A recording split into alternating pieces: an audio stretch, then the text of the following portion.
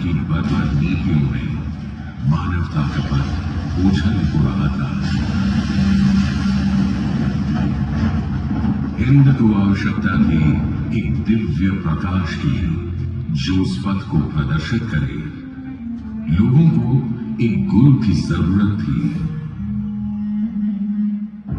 यह दिव्य प्रकाश, ज्ञान की सर्वोत्तम ज्योति प्रज्वलित हुई पंजाब में। सन 1469 कार्तिक पूर्णिमा की रात जगमगाते चंद्र की रोशनी में तलवंडी गांव में एक बालक का आगमन हुआ। श्री गुरु नानक देव जी का प्रकाश हुआ। उनकी आभा में शैशव से ही एक अनोखा तेज था। सन 1504 35 वर्ष की आयु में पवित्र काली बेल नदी के किनारे गुरु के रूप में उन्होंने पहले शब्द कहे, ईश्वर एक है, उनका नाम मात्र सत्य है, वही इस सृष्टि के निर्माता है। वे भय से मुक्त हैं, उनका नहीं है किसी से भय, ना कोई आकार ना कोई मूरत, किंतु वे शाश्वत हैं। न जन्म न मृत्यु, वे साक्षात हैं, विद्यमान हैं, समय के चक्र से परे हैं। एक ओंकार सतनाम करता पुरख निर्भय निर्वैर अकाल मूर्त अजूनी सेवा। यूं एक ओंकार सतनाम की शिक्षा दे उन्होंने निर्मल पंथ सिख धर्म चलाया। श्री गुरु नानक देव जी की इस ज्योति को 9 गुरुओं ने प्रज्वलित रखा। श्री गुरु अंगद देव जी ने श्री गुरु नानक देव जी की वाणी को संभाला। श्री गुरु अमरदास जी ने सेवा को साधना बनाया। उन्होंने लंगर की पवित्र परंपरा को पंगत के रूप में जन जन के मन तक पहुंचाया।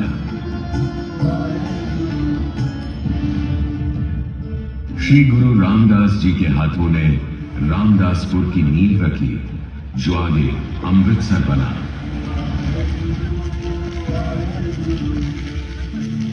श्री गुरु अर्जुन देव जी ने सभी गुरुओं के ज्ञान को, सच्चे पथ को आदि ग्रंथ की रचना कर समाहित किया। श्री गुरु हरिगोविंद साहिब जी ने अकाल तख्त की स्थापना की और समझाया, मीरी और पीरी दोनों का संतुलन ही सच्चा जीवन है, किंतु पीरी को प्राथमिकता है।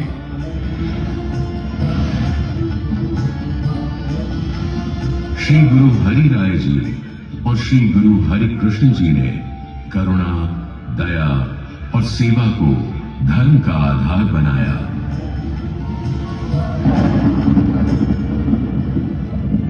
8 वर्ष की आयु में श्री गुरु हरि कृष्ण जी जब उनकी ज्योति अनंत कर रहे थे, सब इंतजार में थे कि वे कहें कौन होंगे अगले गुरु।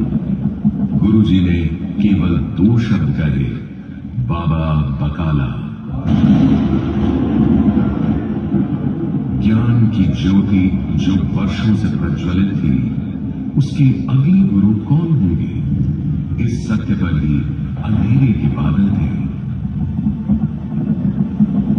मक्खन शाह निर्वाणा एक सिख व्यापारी बीच समंदर में तूफान के बीच फंसे हुए थे। तब उन्होंने गुरु को गुहार लगाई, अगर सब सलामत रहे तो वे गुरु को सोने की 500 मोहरें अर्पण करेंगे। गुरु ने बेड़ा पार लगाया। मक्खन शाह बकाला पहुंचे तो उन्हें 1 नहीं 2 नहीं 22 लोग मिले, जिन्होंने कहा कि हम गुरु हैं। मक्खन शाह सबको 5 सोने की मोहर भेंट करते गए, सब आशीष देते गए। सबका छल सामने आता गया, किंतु गुरु फिर भी न मिले।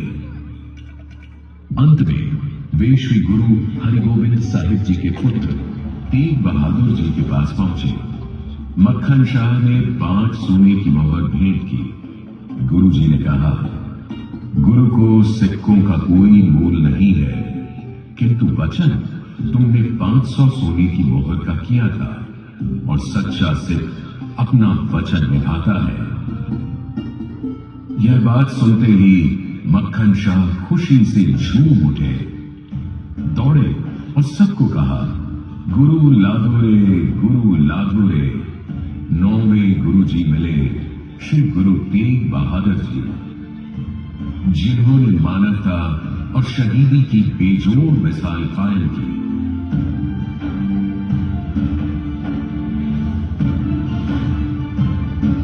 श्री गुरु हरिगोविंद साहिब जी और माता नानकी के सबसे छोटे पुत्र थे त्यागमल। शैशव से ही वो समझते थे सेवा, शांति और त्याग को, किंतु साथ ही तलवार में उनकी अलग धार थी। 13 वर्ष की आयु में करतारपुर की जंग में उन्होंने तलवार ऐसी चलाई कि दुश्मन भाग खड़े हुए। श्री गुरु हरिगोविंद साहिब जी ने तब उन्हें उनके नए नाम से पुकारा, तेग बहादुर।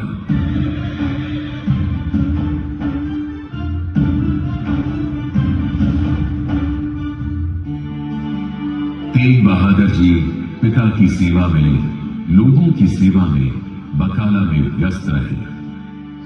वे गुरुओं की, ज्ञानियों की बातें आत्मसात करते रहे और वर्षों बाद बकाला में ही समस्त मानवता के कल्याण के लिए श्री गुरु तेग बहादुर जी ने उनका दिव्य प्रकाश लोगों को अर्पण किया।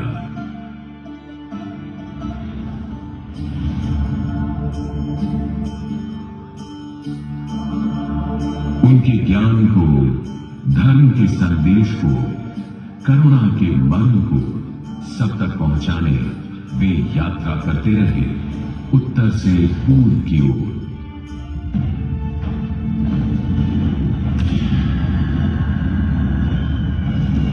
भारत देश में शांति का यह संदेश एक दमनकारी बादशाह को पसंद नहीं आया। बादशाह औरंगजेब,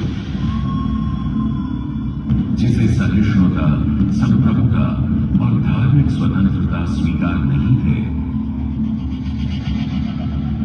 उसका बर्बर फरमान था, सबको इस्लाम कबूल करा, जो ना माने उसे मौत के घाट उतारो। इस अमानवीय फरमान से चारों ओर कोहराम था। मदद के लिए चीख पुकार मची थी। औरंगजेब का यह धार्मिक दमन कश्मीर की घाटियों तक पहुंचा। कश्मीरी पंडितों को प्रताड़ित किया गया, धर्म बदलने पर मजबूर किया गया।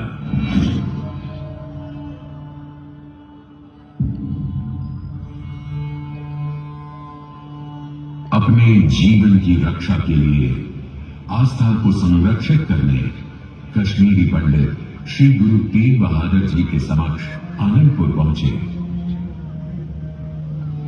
उन्होंने गुरु जी से गुहार लगाई, धर्म की रक्षा हेतु। इस याचना से गुरु जी ने मुंह नहीं फेरा, बल्कि धर्म की रक्षा के उत्तरदायित्व को सहर्ष स्वीकारा। वे जानते थे इसका परिणाम, किंतु उनका वचन अटल था। औरंगजेब यह सह न सका। उसने गुरु जी को गिरफ्तार करने का हुक्म दिया। श्री गुरु तेग बहादुर जी की तलवार से सारे दमनकारी कांप उठते, किंतु उनका निर्णय था, तेग नहीं, त्याग। धर्म की रक्षा के लिए तलवार की नहीं, सत्य की आवश्यकता है। उनके 3 साथी, भाई मतिदास जी, भाई सतीदास जी और भाई दयाला जी के साथ गुरु जी को आगरा में गिरफ्तार कर दिल्ली लाया गया। दिव्य तेज के साथ श्री गुरुजी दिल्ली आए, किंतु दानवी मन कहां उजाले को समझ पाते हैं, तेज को उसकी आंखें सह नहीं पाती। दिल्ली में गुरु तेग बहादुर जी को बंदी बना लिया गया और कहा गया, अपना चमत्कार दिखाओ या फिर इस्लाम को स्वीकार करो, वरना रूह कांप जाए, ऐसी मौत के लिए तैयार हो जाओ।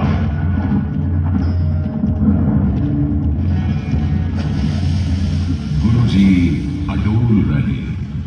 वे कैद में भी अनेक शब्दों की रचना करते रहे, अड़े अमर सत्य के पथ पर रहे।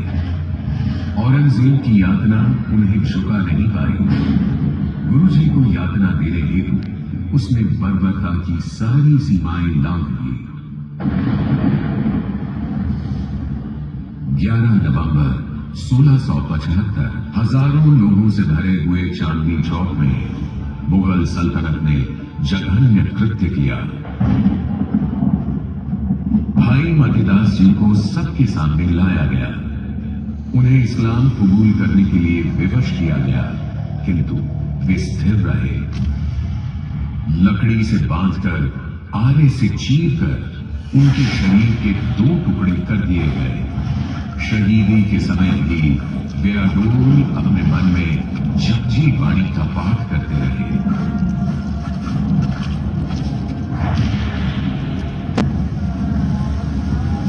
भाई दयाला जी को लहू की बूंद-धार दिखाई गई, किंतु उनके मन की चेतना कहां कोई भंग कर सकता था। उबलते हुए पानी के समक्ष उन्हें रखा गया। वे उस पानी में उतर गए, शहादत को गले लगा लिया।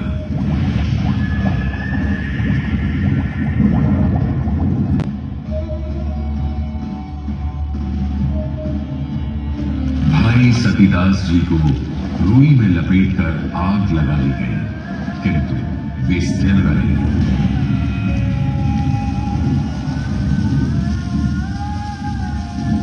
उनका शरीर जल रहा था, किंतु गुरु की वाणी जपते हुए वो सदैव के लिए अपनी शहादत से प्रज्वलित हो गए। गुरुजी ने देखा मृत्यु को सामने, किंतु आत्मा को निर्वाण में।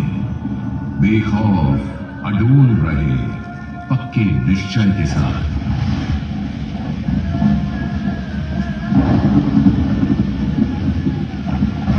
दिल्ली के चांदनी चौक में लाल किले के पास उनके शीश पर तलवार गिरी।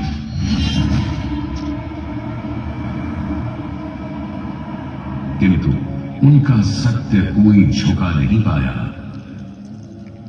रक्त बहा, पर धर्म की जड़ें और गहरी हो गई।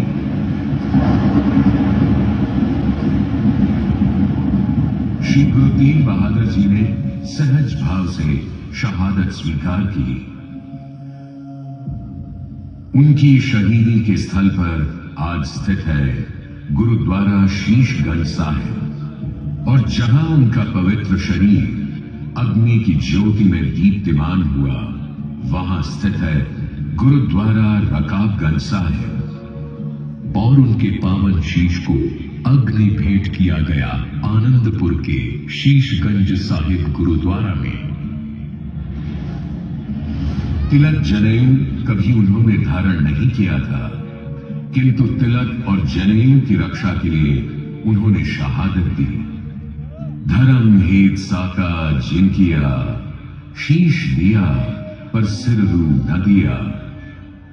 उनकी शहादत गुरु की ज्योति का अनंत विस्तार था, जिसका दर्शन हिंद के जन जन को, कण कण को मिला।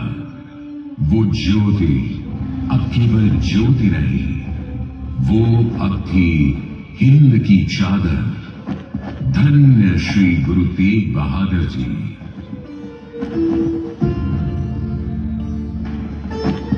श्री गुरु तेग बहादुर जी की शहादत केवल इतिहास नहीं, बल्कि प्रेरणा है कि जब भी अन्याय के विरुद्ध उठना पड़े, तो अपनी आत्मा की आवाज भी सबसे बड़ी तलवार है। यह स्मरण है उस सीख का जो अंधकार से प्रकाश की ओर, भय से साहस की ओर और भेद से एकता की ओर ले जाती है। यह स्मरण है सिखों के समस्त मानवता के गुरु श्री गुरु तेग बहादुर जी का।